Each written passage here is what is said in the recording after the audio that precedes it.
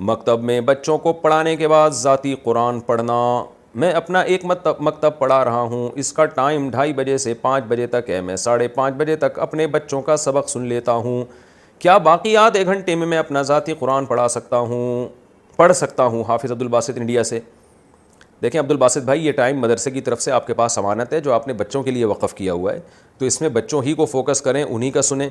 अगर आप फ़ारिग हो जाते हैं और कोई काम नहीं होता तो इस दौरान आप टाइम वेस्ट होने से बचाने के लिए अपना पढ़ लेते हैं तो कोई गुनाह नहीं है, जायज़ है। लेकिन ये कि फ़ारिग होते क्यों हैं? बेहतर यही है कि दोबारा सुन लिया जाए किसी बच्चे का। तो कोशिश यही करें कि वो टाइम जो मदरसे को दिया है वो पूरा बच्चों ही पे ख़र्च करें। फिर भी शरई लिहाज से अगर कोई यानी आप अपनी ज़िम्मेदारी पूरी कर चुके हों और टाइम बच जाए तो फालतू बैठने से बेहतर है आप अपना कुरान दोहरा लेते हैं तो जायज़ है। लेकिन इसमें एहतियात का तकाज़ा यही है कि उसमें मज़ीद किसी बच्चे का दोबारा सुन लें। और मेरा ख़्याल है इतने बच्चे मदरसों में होते हैं, अगर कारी लोग सही ज़िम्मेदारी से बच्चों की मंजिल सुने और उनकी प्रैक्टिस करवाएं तो टाइम बचेगा, 1 मिनट नहीं उनके पास बचना चाहिए।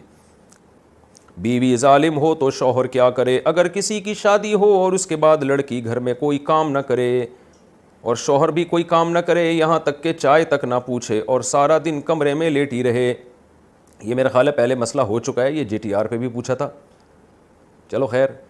जबकि शौहर इसको महंगी शॉपिंग भी कराता हो, इस सब के बावजूद वो सास और शौहर से बदतमीज़ी करे और शौहर से कहे कि वो अपनी नौकरी को छोड़कर इसे टाइम दे और इस बात पर नाराज़ होकर पूरी इतनी लंबी रिपोर्ट पेश कर दी इन्होंने। नाराज़ होकर चली जाए और इसकी माँ दामाद को बद्दुआएं दे और जबकि कुछ महीनों में पहला बच्चा होने वाला हो तो ऐसी सूरत में लड़की को तलाक देनी चाहिए या औलाद की खातिर सह लेना चाहिए। बिनते अजमल भावल नगर से, भाई क्या करना चाहिए? ख़ानदान वालों को जमा करके मशवरा करना चाहिए। मैं तलाक के मशवरे यहाँ पर बैठ के नहीं देता, बहुत मुश्किल काम है तलाक। दोनों ख़ानदानों को बिठाएँ और तलाक के साइड इफ़ेक्ट क्या होंगे ये सब चीज़ें बैठ के फ़ैसला करें आप। अच्छा भाई, अगर गाड़ी में हो तो फ़र्ज़ नमाज कैसे पढ़ें? मैंने आपका बयान सुना था कि गाड़ी में फ़र्ज़ नमाज बिल्कुल नहीं पढ़ सकते। अगर किसी ने पढ़ ली हो तो अब इसके लिए क्या हुक्म होगा? मैं इंडिया में रहता हूँ, जब बाहर जाता हूँ तो कभी बस का सफ़र लंबा होता है और ड्राइवर भी गैर मुस्लिम होता है। इस सूरत में मुझे क्या करना चाहिए? नमाज क़ज़ा करनी चाहिए या पढ़नी चाहिए? देखो, जब आप बस में लॉन्ग रूट पे सफ़र करते हैं, ड्राइवर के कान में जाके बड़ी मोहब्बत से, प्यार से, अमन और शांति के साथ उसको समझा दें, भाई ये मुसलमान है, तू अगर नमाज के लिए रोक लेगा तो तेरा बड़ा एहसान होगा। अल्लाह ने अगर आपको माली वुसअत दी है तो 2-4 पैसे भी उसकी जेब में डाल दें। आप मोहब्बत से समझाएंगे, उम्मीद है हिंदू ड्राइवर भी होगा, मान जाएगा। इबादत से कोई भी नहीं रोकता, किसी का भी ज़मीर गवारा नहीं करता कि किसी को इबादत से रोका जाए।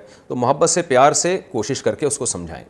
फिर भी किसी कीमत पे बाज नहीं आता तो फिर ऐसी सूरत में इमाम शाफ़ी रहमहुल्लाह ताला की राय पर, उनके फ़तवे पर अमल किया जा सकता है, 2 नमाज़ों को जमा करना। तो फिर ऐसी सूरत में जब आपको यकीन हो कि भाई आगे असर के लिए नहीं रोकेगा तो ज़ोहर असर मिला के आप पढ़ सकते हैं या मगरिब इशा मिला के पढ़ सकते हैं। इस सूरत में फ़िक़्ह हनफ़ी को छोड़ देने की गुंजाइश है, क्योंकि ज़रूरत है ना, शदीद मजबूरी है, क्योंकि वो रोकेगा ही नहीं। और अगर ये भी मुमकिन ना हो तो फिर आप बस में बैठे बैठे फ़र्ज़ नमाज़ पढ़ लें और एहतियात इसी में है कि बाद में उसको लौटा लें।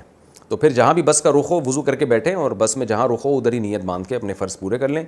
लेकिन जब बस रुके तो एहतियात इसी में है कि उसको लौटा दें उस नमाज को।